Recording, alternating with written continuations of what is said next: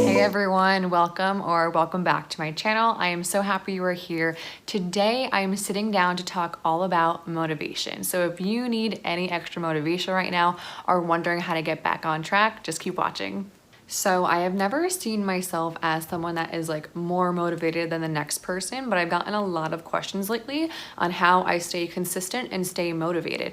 And I kind of thought back, I was like, I guess I did go through 12 years of high school, graduated high school, went on to get my bachelor's degree in psychology for 4 years, and then went straight to grad school and got my master's in industrial organizational psychology, and then went on to do 4 years of business consulting. And most recently, I just had my first year in my own online business.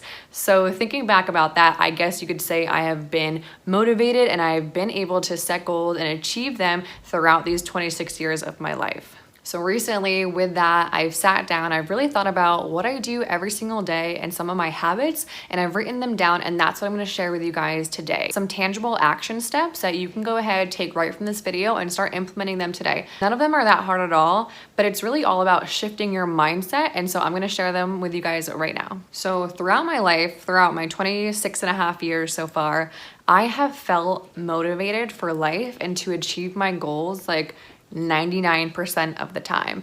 I love my vacations, I love weekends and taking some time off, but really like my goals and achievements are what really gets me excited and motivated. One thing before I get into the exact tips I'm going to share with you is that whenever I'm setting a goal or whenever I'm trying to achieve something, I make sure I put 100% effort in and 100% of myself into achieving that. Why? Because if I don't, and then I don't end up achieving the goal, then I could always look back and think about, well, what if I did this? Or what if I gave more of myself? Or what if I tried harder? Like, I just never want to live with what ifs or any type of regret. So whenever I'm doing something, I just make sure I put 100% of myself into it.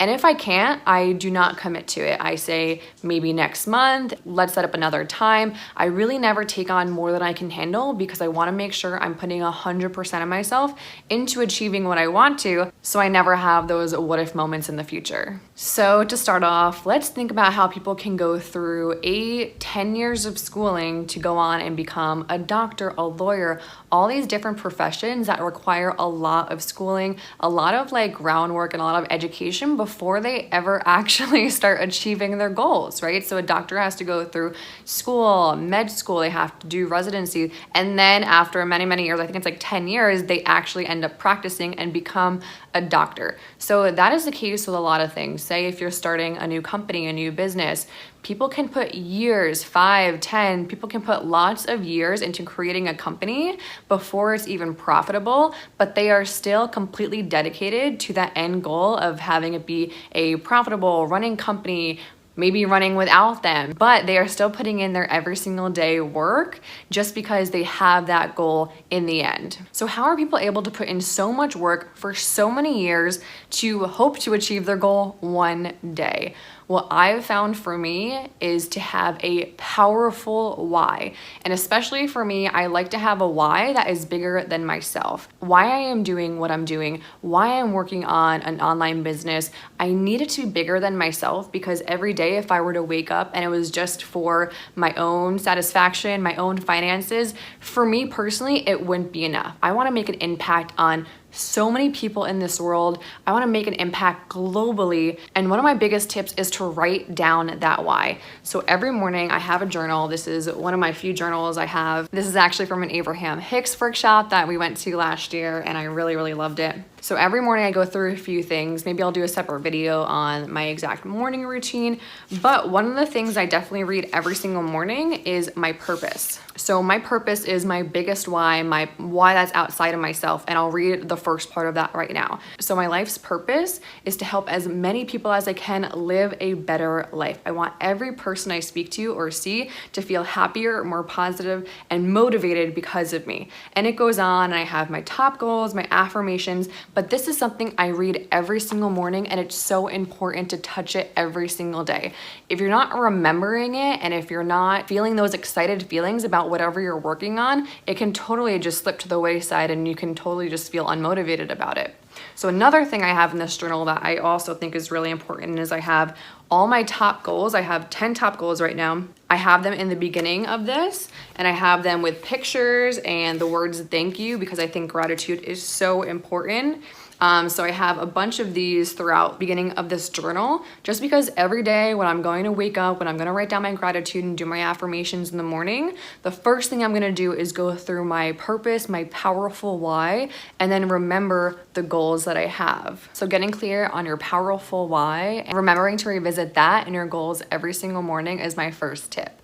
So my next one, if you guys haven't heard of James Clear, he wrote the book Atomic Habits, and it is really, really helpful if you're looking to get motivated, to stay motivated. It all starts with your habits. So he talks about if we were able to just be 1% better each day at the end of a full year, we would be 37 times better than we were when we first started. But if we're getting 1% worse each day at the end of a full year, we'd be right back to zero. So think about just 1%. For me, that seems really low and really achievable. So every day it doesn't seem overwhelming. To reach your goals, you have to be doing like 50% of the work or 40% of the work. 1% better every single day. That's totally an achievable thing to do every day. So right now, even if you need to pause this video, take a look at your goals and think about how you can work on them and be 1% better and achieve 1% of that goal every single day. So great examples are, if you're working on your self-development journey,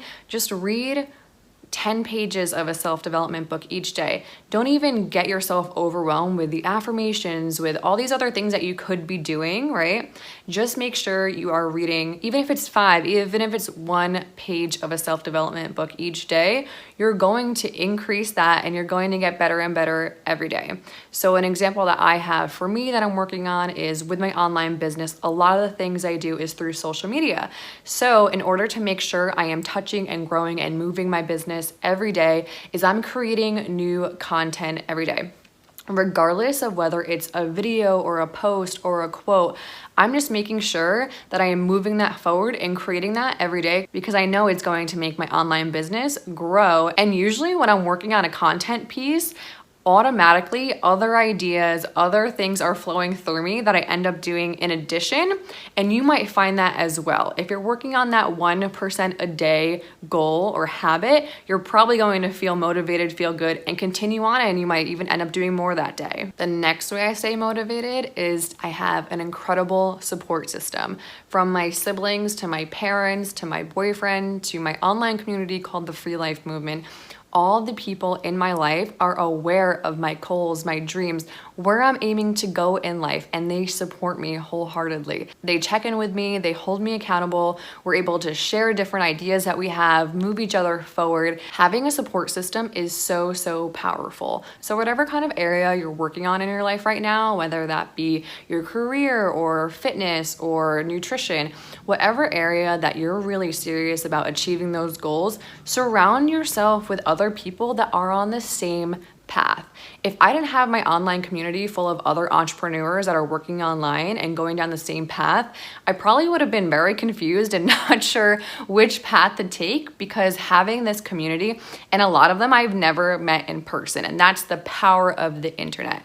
But having these people, it's like it feels like they're on your team, right? If you have a support system, you have a community, you're able to share best practices, you're able to run things by someone, get their feedback on something, have masterminds together. Like, think about when we were all in school. When you're in class with somebody else, say it's math class, and I was never good at math, so I had a lot of friends that were in the same math class as me, and I made friends because I know I needed that support. I know I needed that help. If there was a quiz coming up or a test, I needed to have a support system that wanted to study together for this test, because I know I needed that motivation, that education, that extra push from other people that are in the same area as you, that are going down the same path. So if your friends or your family, if they're not kind of going down the same path or completely supportive of you, like, that's okay. They can still be your loved ones and friends and family.